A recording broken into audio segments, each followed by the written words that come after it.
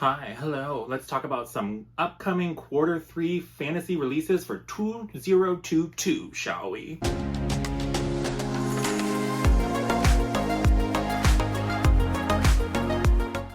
Hi guys, welcome back, bienvenue and all that jazz. It's time to talk about some books. For today in particular, I have 10 books plus one to talk about for upcoming quarter three releases coming out in October, November, or December.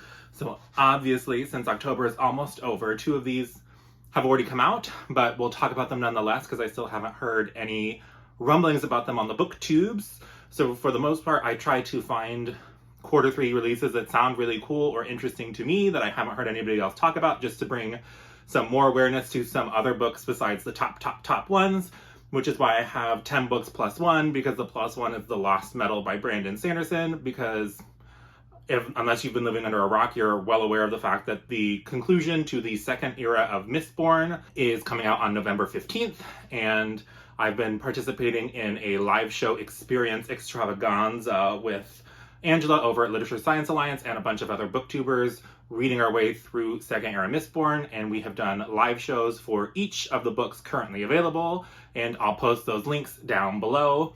So obviously The Lost Metal, but that's not included in my 10 because everybody already knows about it. So these are just going to be in chronological order of when they're releasing. I'll give a little bit of information about what they're about, their release date, and all that kind of stuff, and then that'll do it. So let's jump right in. The first book I want to talk about is The Witch in the Well by Camilla Bruce. Came out on October 4th, and it seems kind of like spooky, witchy vibes. So I'm just going to read you the little bit of a blurb, give you a nice close-up of this kind of spooky cover. So let's go for it. When two former friends reunite after decades apart, their grudges, flawed ambitions, and shared obsessions swirl into an all-too-real echo of a terrible town legend. Centuries ago, beautiful young Isbeth Clark was accused of witchcraft after several children disappeared. Her acquittal did nothing to stop her fellow townsfolk from drowning her in the well where the missing children were last seen. When author and social media influencer Elena returns to the summer paradise of her youth to get her family's manor house ready to sell, the last thing she expected was connecting with and feeling inspired to write about Isbeth's infamous spirit. The very historical figure that her ex-childhood friend Kathy has been diligently researching and writing about for years. What begins as a fiercely competitive sense of ownership over Isbeth and her story soon turns both women's worlds into something more haunted and dangerous than they could ever imagine. So it's giving the spooky vibes. It sounds kind of cool. I hope that it is actually like paranormal-esque and not just like weird happenstance, because I hate that. Up next, we have Dead Man's Hand, and this is by James J. Butcher, which is the offspring, if you will, of Jim Butcher, who writes the Dresden Files books and whatever else. I can't remember the Furies of Calderon or whatever. I don't remember the title of the series, but that other series as well. And so it sounds like this is maybe his debut novel of Jim Butcher's son. And it sounds kind of like fun urban fantasy, very in the vein of something like a Dresden. On the streets of Boston, the world is divided into the ordinary usuals and the paranormal unorthodox. And in the Department of Unorthodox Affairs, the auditors are the magical elite, government-sanctioned witches with spells at their command and all the power and prestige that comes with it. Grimshaw Griswold Grimsby is not one of those witches. After flunking out of the auditor training program and being dismissed as not department material, Grimsby tried to resign himself to a life as a mediocre witch, but he can't help hoping he'll somehow, some way, get another chance to prove his skill. That opportunity comes with a price when his former mentor, aka the most dangerous witch alive, is murdered down the street from where he works, and Grimsby is the auditor's #1 suspect. So it's very murder mystery, urban, paranormal fantasy. I love that stuff. I eat it up like Anita Blake, Mary Gentry, Dresden to a lesser extent because I don't love Dresden, but the stories themselves are fun and I like that. So, and that is coming out October the 11th. Then we have The Vermillion Emporium by Jamie Pacton. This is coming out November 1st. And this is another like kind of mystery fantasy, I think. It just seems like that's very much the vibes for Q4 this year, so that's fine. I mean, that's kind of fun and spooky atmospheric type vibes, which very much goes along with the end of the year. So this one says, it was a day for finding things. On the morning, Twain, a lonely boy with a knack for danger, discovers a strand of starlight on the cliffs outside Severon. A mysterious curiosity shop appears in town. Meanwhile, Quinta, the ordinary daughter of an extraordinary circus performer, chases rumors of the shop, the Vermillion Emporium, desperate for a way to live up to her mother's magical legacy. When Quinta meets Twain outside the Emporium, two things happen. One, Quinta starts to fall for the Starlight Boy, who uses his charm to hide his scars. Two, they enter the store and discover a book that teaches them how to weave starlight into lace. Soon their lace catches the eye of the Kasserina, the ruler of Severon. She commissions Quinta and Twain to make her a starlight dress and will reward them handsomely enough to make their dreams come true. However, they can't sew a dress without more material, and the secret to Starlight's origins has been lost for centuries. As Quinta and Twain search the Emporium for answers, though, they discover the secret might not have been lost, but destroyed, and likely for good reason. I mean, low-key fantasy could just be comfy and fun. It doesn't sound like a super expansive epic fantasy by any means. It just sounds like it'll be a good old time. Then we have The Empire of Exiles by Erin M. Evans coming out on November the 8th. This is one from the Orbit Books, and it just caught my eye. I saw them posting about it on the gram, and so I looked into it, and it sounds like fun. 27 years ago, a duke with a grudge led a ruthless coup against the Empire of Camilla, killing thousands. He failed. The Duke was executed, a terrifyingly powerful sorcerer was imprisoned, and an unwilling princess disappeared. The Empire moved on. Now when Quill, an apprentice scribe, arrives in the capital city, he believes he's on a simple errand for another pompous noble. Fetch ancient artifacts from the magical imperial archives. He's always found his apprenticeship to be dull work, but these aren't just any artifacts. These are the instruments of revolution, the banners under which the Duke led his coup. Just as the artifacts are unearthed, the city is shaken by a brutal murder that seems to have been caused by a weapon not seen since the days of rebellion. Since Quill is the only reliable witness to the murder and no one in power believes his story, he must join with a young mage, a seasoned archivist, and a disillusioned detective to find the truth of the attack. And what they uncover will be the key to saving the Empire, or destroying it for good. So just like many of the other ones, guess I'm just in the mood for kind of mystery fantasy. This one sounds a little bit more epic in scope since it could affect the entire empire, but there's only one way to find out. Then on November the 8th as well, we have Stellarlune by Shannon Messenger. This is book 9 in the Keeper of the Lost Cities series. So this is a middle grade series featuring Sophie Foster, who is an elf child who was kind of given to humans to raise for unknown reasons. And she gets discovered, taken to the elven world, gets enrolled in this magical academy, Foxfire, and it's just very much fun, middle grade fantasy with a mystery at its core of like, why was Sophie put where she was? There is some rumblings of discontent in the elven society, and things may not all be as they seem on the surface. And there are mysteries that have happened in the past that the adults are obviously trying to hide. And it's just very much just that fun, magical school type situation. So if you've been looking for those magical school, fun, middle grade vibes, I would highly recommend you check out Keeper of the Lost Cities. And this is book 9 of, I want to say she has decided that it will be a 10-book series. So the conclusion will be coming soon. So this is a great time to jump in and get all caught up on the 9 books that are currently available. Then on November 15th, we have Heart of the Sun Warrior by Sue Lynn Tan. This is the conclusion to the Celestial Kingdom duology, which started with Daughter of the Moon Goddess. So this is very much Asian-inspired celestial being fantasy. We follow our main character in Daughter of the Moon Goddess. She is the daughter of the said titular moon goddess, shockingly. And so what happens is her mother is imprisoned on the moon because at some point in the past, she may have stolen a elixir of immortality to save herself and her daughter. And the Imperial Empress comes to call one day, but doesn't know that this daughter lives. So the daughter is sent fleeing into the Celestial Kingdom and kind of makes her own way. She becomes the kind of study partner of the prince of this realm, and things go from there. If you like really fun, fast-paced adventure fantasy, I would highly recommend you check this out. It kind of feels very episodic, and you'll go from big event to big event to big event with cool, like, mythological beings in between.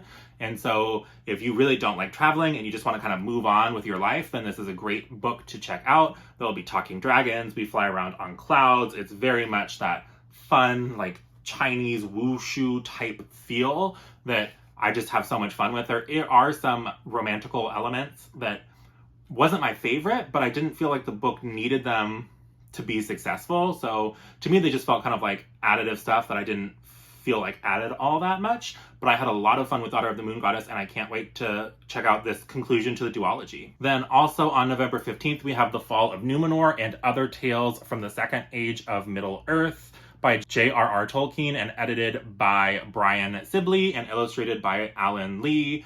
And so what this is, it's not really a new book per se. It's basically they have taken all of the pieces of the lore of Numenor from the Silmarillion, Unfinished Tales, all of the different works that have centered around Numenor and kind of that era of the Second Age, and they put them in chronological order for the first time in a single volume. So this is, if you really were interested in the lore of Rings of Power or liked the show or didn't like the show and want to know more about what the books actually say, this will be a great one to check out because it is very much following that time period that the show Rings of Power takes place in, and it's the first time that it's ever been all compiled in one volume chronologically. So it'll be a great way to get more information about what we know about the Second Age because depending on how much you know about like the Tolkien legendarium, the Second Age of Middle-earth is famously like not as described as First and Third Age, and so it'll be great to have all of this stuff kind of in one place for aficionados to check out. I will 100% be getting The Fall of Numenor and checking that out when it's available. Then also on November 15th, of course, is The Last Metal. I mentioned it at the beginning. We don't need to talk more about it. It's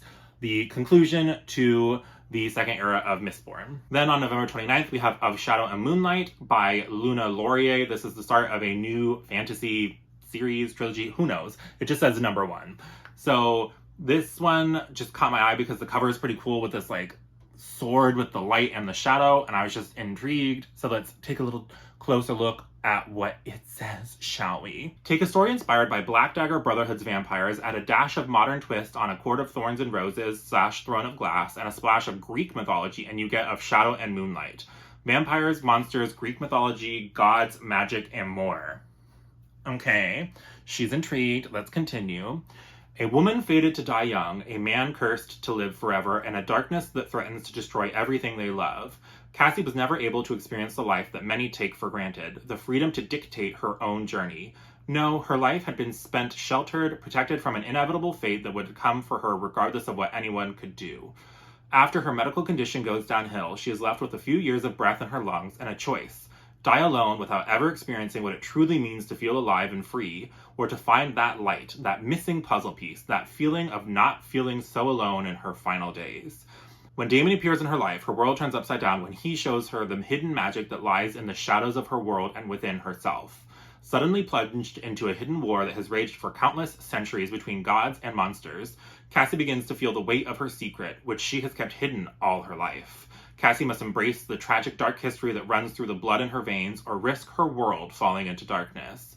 So, I mean, if it's ACOTAR or TOG adjacent, there's going to be some kind of romance involved, likely between Cassie and Damien. So we shall see, because we all know fantasy romance is very hit or miss with me. If it's the alpha male, gross, domineering relationship like ACOTAR probably is, but I've never read, then I don't know. But I like Greek mythology, I like cool gods and monsters, shadow magic, moon magic, let's do it. Then coming on December the 8th, we have City of Last Chances by Adrian Tchaikovsky. I haven't read anything else by Adrian Tchaikovsky. I know his short story Elder Races or something was super popular, and he has a bunch of other books, novellas, whatever, that I've never read. But this one kind of caught my eye, and I think I might try Adrian Tchaikovsky for the first time with this book. It's a standalone fantasy, which we all know is like the chupacabra of the fantasy genre. So, and it sounds cool enough, so let's check it out. There has always been a darkness to Ilmar, but never more so than now. The city chafes under the heavy hand of the Palestine occupation, the chokehold of its criminal underworld, the boot of its factory owners, the weight of its wretched poor, and the burden of its ancient curse. What will be the spark that lights the conflagration? Despite the city's refugees, wanderers, murderers, madmen, fanatics, and thieves, the catalyst, as always, will be the anchor wood, the dark grove of trees, that primeval remnant, that portal when the moon is full to strange and distant shores. Ilmar, some say, is the worst place in the world and the gateway to 1,000 worse places. Ilmar, city of long shadows, city of bad decisions, city of last chances.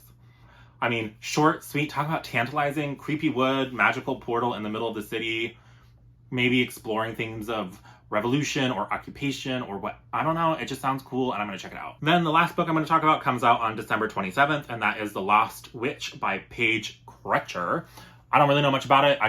My eye was caught by this beautiful purple witchy looking cover. So let's dive in. 1922. Bridget Heron is a powerful witch and healer in the seemingly lost but charming small town of Evermore on a forgotten isle in Ireland. However, there is one thing that she longs for above all else, a child of her own. She is even willing to be seduced by the mysterious Luke Knightley, head of the Knightley Coven, whose pull is potent and impossible to resist. When their child is born and falls ill, Bridget will risk anything to save her daughter, even tap into the forbidden magic of the Lough of Briongloid. But when the wild magic takes her daughter from her, Bridget is swept away as well. 2022. Evermore is under siege. The Witches of Night have been using their chaos magic to widen the rift between the island and the other world. Creatures from folklore prey on the villagers, consuming their very humanity. Bridget awakens in this world with no memory of how she traveled into the future, but she learns that she helped unleash this curse on Evermore. To seal the low and stop the Witches of Night, she must work with her magical descendants, Ophelia and Finola, but the knowledge she seeks lies with Luke Knightley himself, mysterious, handsome, and powerful. To save Evermore, Bridget may have to lose everything once again. Sounds cool, very witchy. I love kind of having older protagonists that we're following, because this is a woman who's had a child. Love it, love all of that, love her working with her descendants. It gives me very much like Charmed vibes in those episodes where they go back and meet their ancestors. I'm here for it, and I will 100% be checking it out. But that concludes this list of 10 plus 1 books that I'm excited for coming out in quarter 4. I'm pretty sure I've been saying quarter 3 this whole time, so forgive me, but I mean quarter 4. And I'm just excited to check out some of these books. Have you ever heard of any of these? Are there any books that you're excited about coming out in these last 3 months of the year? I'd love to hear from you in the comments down below. And like always, while you're down there, go ahead and hit that like button. Subscribe if you haven't already for more bookish shenanigans like this from moi. Other than that, I hope you have a great rest of your day, and I'll talk to you again soon. Bye!